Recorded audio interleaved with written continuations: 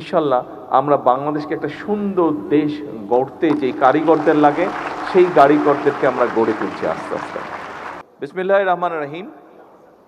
আজকের এই অনুষ্ঠানের সম্মানিত সভাপতি, অনুষ্ঠানে উপস্থিত সম্মানিত সকল অতিথিবৃন্দ, মেম্বার্স অফ ডিপ্লোম্যাটিক কোর এবং উপস্থিত শিক্ষকবৃন্দ এবং ওই যে উপরে বসে আছে সব ছোট্ট বন্ধুরা, আসসালামু আলাইকুম।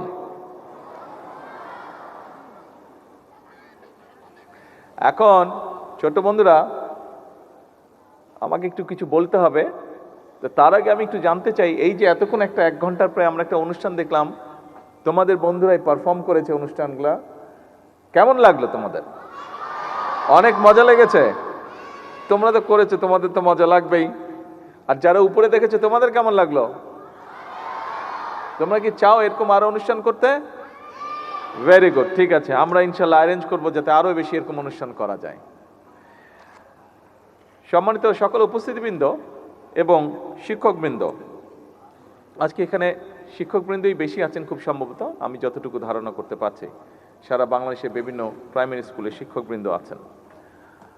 আজকে আমার কাছে মনে হয়েছে যে হ্যাঁ, অনুষ্ঠানটি, এই যে অনুষ্ঠান স্থলটি, এটার নাম হয়তো চীন মৈত্রী সেন্টার, বাট আমার কাছে মনে হয়েছে এটার ভেতরে আসার পরে এবং এসেই যখন প্রথমে বৃক্ষরোপণ করলাম, সাথে সামনে একটা মনিটর ছিল, সেই মনিটরে অনেকগুলো স্কুল পার্টিসিপেট করছিল বিভিন্ন উপজেলা থেকে, বিভিন্ন জায়গা থেকে, এবং যতটুকু জানতে পেরেছি প্রায় 2 লক্ষ বৃক্ষ আজকে এখানে রোপণ করেছে সারা বাংলাদেশে, প্রায় 2 লক্ষ। এটা যেমন একটি বিষয়।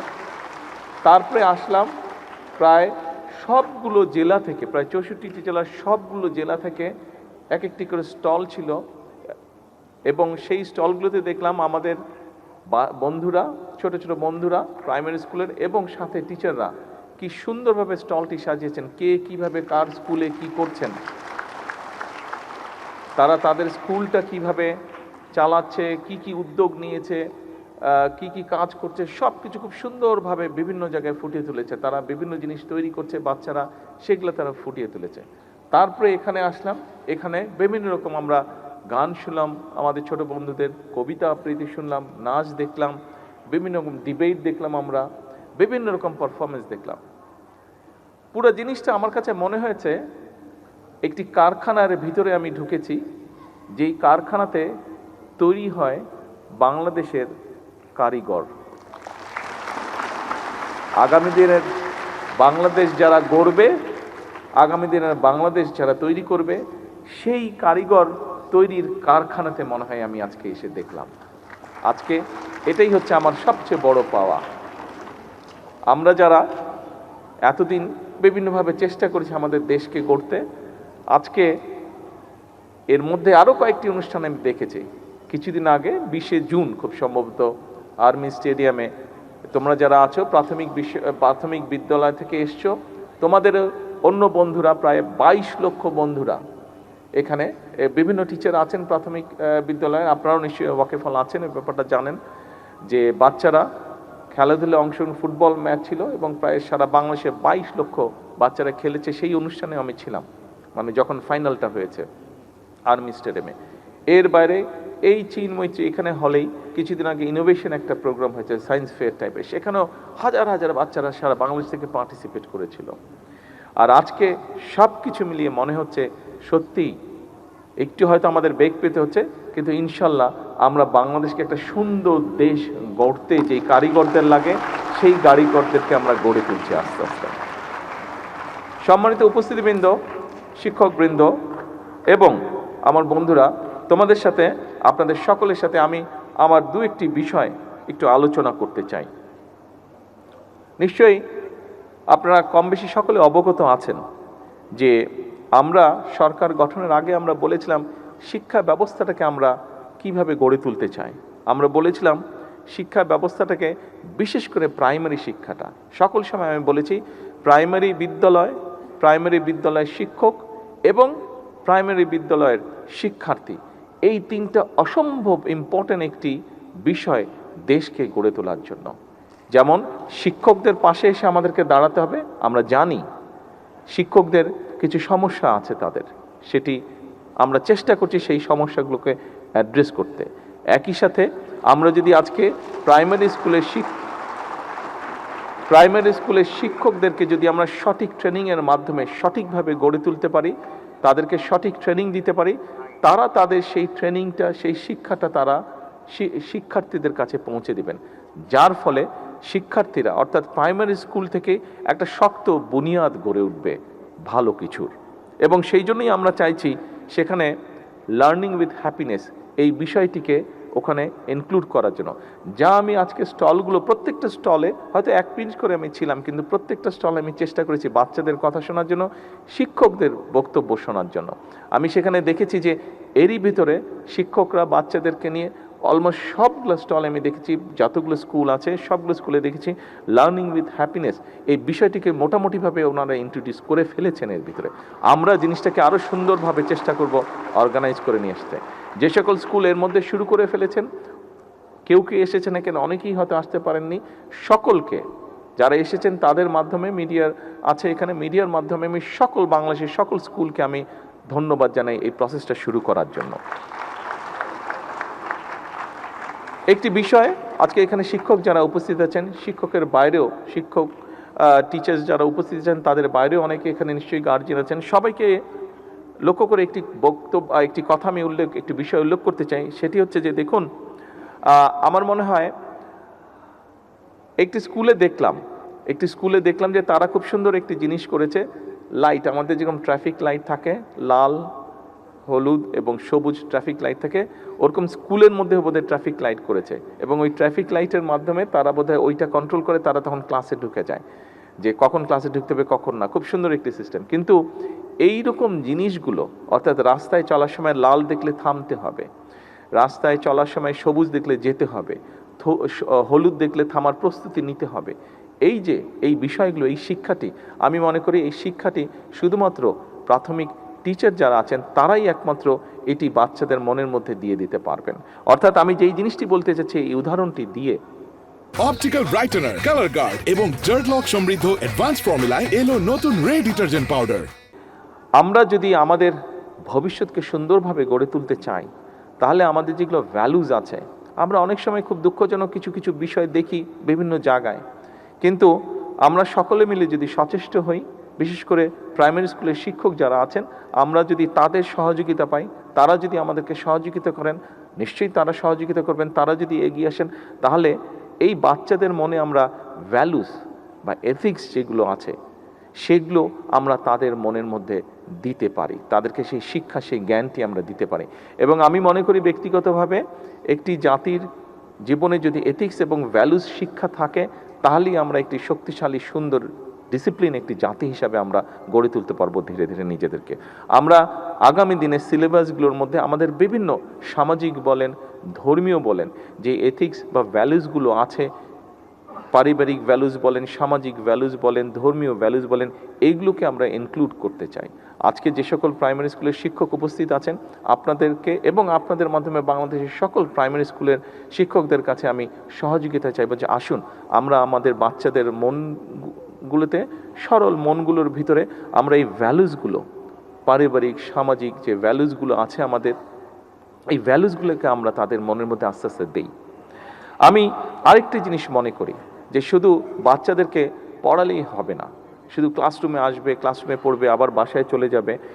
আমি মনে করি তাদেরকে আমাদের কালচার, এই যে আমরা এখানে এত সুন্দর কালচারাল শো দেখলাম, আমরা শুধু এই কয়েকজনের মধ্যে না রাখি সীমাবদ্ধ, আমরা সরকার থেকে উদ্যোগ নেওয়ার চেষ্টা করছি।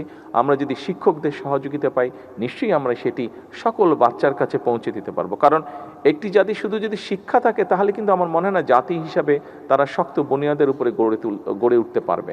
শিক্ষার সাথে সাথে যদি কালচার না থাকে, একটি জাতির নিজস্ব, যা শত হাজার বছর ধরে গড়ে ওঠে, কালচার বা ঐতিহ্য গড়ে ওঠে, এই বিষয়গুলো আমাদের বাচ্চাদেরকে জানাতে হবে, এই বিষয়গুলো তাদেরকে আমাদের ভিতরে দিতে হবে। অবশ্যই খেলাধুলাটা অবশ্যই থাকতে হবে। আমি মাঝে মাঝে যোগ করে বলি যে বাচ্চাদেরকে দেখবেন, বিভিন্ন সময় আমার সাথে যখন বাচ্চাদের দেখা হয়, আমি তাদেরকে পড়ালেখার কথা হয়তো বলি, কিন্তু বেশি করে আমি বলি তাদেরকে খেলাধুলা করতে। কারণটা হচ্ছে, এটার পিছনে একটি কারণ আছে, ডিটেল আমি অতভাবে বলতে পারবো না, যতটুকু আমি বুঝি এবং আমরা জিনিসটা সবাই জানি। আমরা যখন খেলাধুলা করব, দৌড়াদৌড়ি করব, স্বাভাবিকভাবে আমাদের রক্ত চলাচল বাড়বে, আমরা শ্বাস নিব এবং রক্তের মধ্যে অক্সিজেন বেশি যাবে। অক্সিজেন যখন বেশি যাবে, রক্ত চলাচলটা আমাদের ব্রেইনের মধ্যেও যাবে এবং ব্রেইনের মধ্যে যখন যাবে, ব্রেইনটা মোর এফেক্টিভ হবে যখন সে মোর অক্সিজেন পাবে। সেই জন্য আমি বলি যে বাচ্চারা তত শার্প হবে। খেয়াল করে দেখবেন অধিকাংশ ক্ষেত্রে বাচ্চারা তখন বেশি শার্প হয় যখন বাচ্চারা বিভিন্ন অ্যাক্টিভিটিসে তারা পার্টিসিপেট করে। কাজে আমাদের বাচ্চাদেরকে যদি শার্প করতে হয়, তাদেরকে অবশ্যই খেলাধুলা, কালচার, এইসব ইভেন্টে তাদেরকে আরও বেশি পার্টিসিপেট করাতে হবে। আজকে প্রথমেই বক্তব্যের শুরুতে বললাম যে আজকে আমি একটি বৃক্ষের চারা রোপণ করেছি, একই সাথে বহু স্কুল কানেক্টেড ছিল। আমার সামনে একটি বড় মনিটর ছিল, এত বড় না, এত ছোট মনিটর ছিল, সেখানে প্রায় অনেকগুলো স্কুল কানেক্টেড ছিল এবং প্রায় 2 লক্ষ বৃক্ষ আমরা রোপণ করেছি। আজকে বন্ধুরা, ছোট বন্ধুরা, তোমরা যারা আজকে এখানে উপস্থিত আছো, তোমাদেরকে এবং তোমাদের যে সকল বন্ধুরা আসতে পারে নাই, তোমাদের সহপাঠীরা যারা আসতে পারেনি, সকলের কাছে আমার একটা মেসেজ পৌঁছে দিতে হবে। কে কে পারবে মেসেজটা পৌঁছে দিতে? হ্যাঁ, thank you very much, thank you very much. মেসেজটা কি? আচ্ছা ঠিক আছে, এখন মেসেজটা শুনতে হবে। Thank you, thank you, thank you. আচ্ছা ঠিক আছে, তোমরা পারবে উপরে যারা আছো? আচ্ছা, থ্যাংক ইউ সো মাচ। আচ্ছা, ভেরি গুড। মেসেজটা হচ্ছে, এখন থেকে যখন বর্ষা আসবে, আব্বু আম্মুকে বলে রাখবে, টিচারকে বলে রাখবে যে যখন বর্ষার সিজন আসবে, প্রত্যেক বর্ষার সিজনে যতদিন পর্যন্ত তুমি বড় না হচ্ছ, তোমার বয়স যতদিন পর্যন্ত 20 বছর না হচ্ছে, প্রত্যেক বছর একটা করে গাছ লাগাতে হবে। পারবে? হ্যাঁ,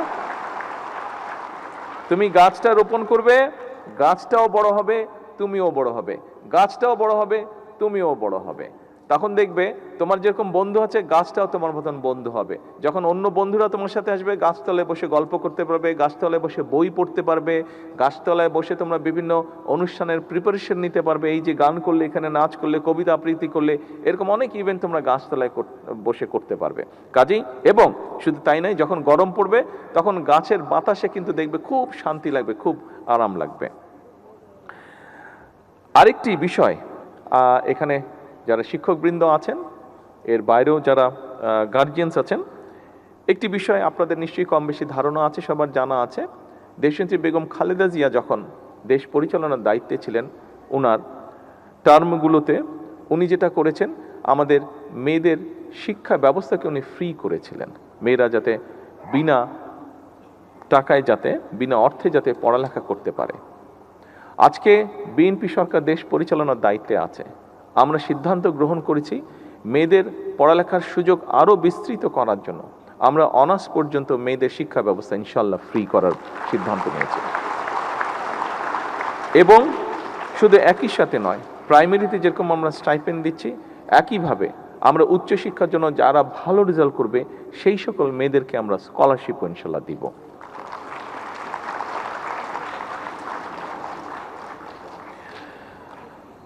আমরা আরেকটি সিদ্ধান্ত নিয়েছি, ছোট বন্ধুরা, তোমরা যারা এখানে আছো, তোমাদের অনেক বন্ধু আছে, যেমন আমি একটা 2-3টা স্টলে আমি একটা জিনিস দেখেছি যে তোমাদের স্কুলগুলোতে তোমরা একটা কর্নার করেছো, যেই কর্নারে তোমরা একটা ব্যাংকের মতন রেখেছো, যে যতটুকু পারো তোমরা সেখানে কন্ট্রিবিউট করো এবং তারপরে 3 মাস পর পর মনে হয় তোমরা সেটা ওপেন করো।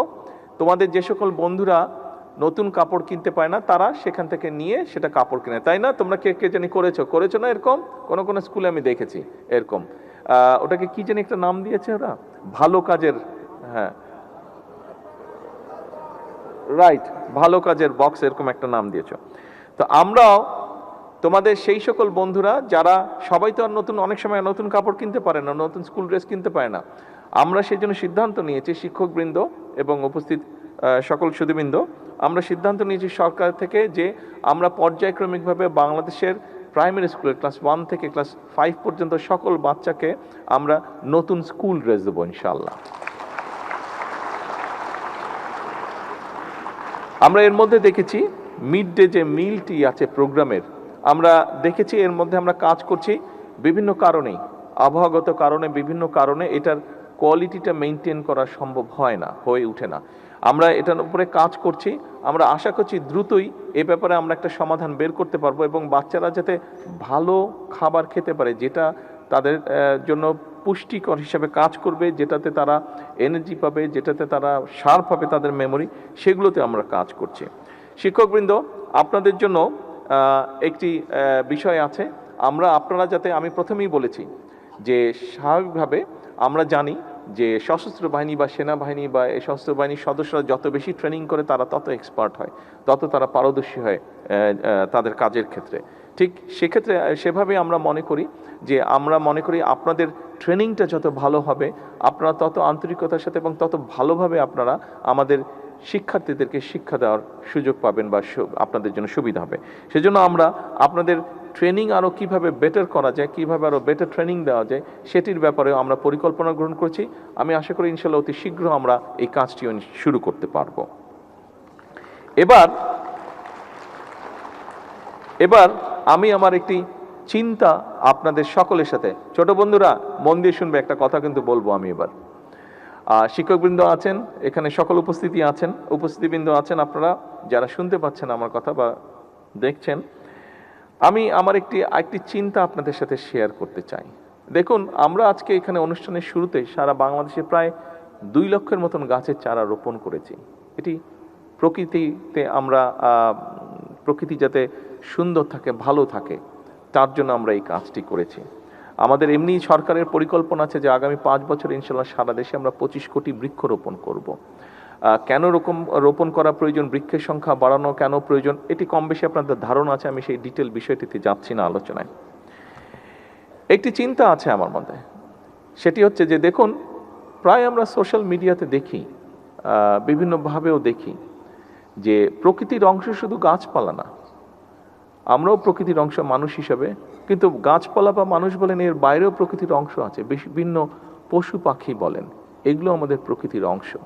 এবং আল্লাহ তাআলা এই পশু পাখি সব কিছু কিন্তু আল্লাহ তাআলা সৃষ্টি করেছেন আমাদের জন্যই, বিভিন্নভাবে বিভিন্ন প্রয়োজনে, আমাদের প্রয়োজনেই আল্লাহ তাআলা সৃষ্টি করেছেন এইসব পশু পাখি।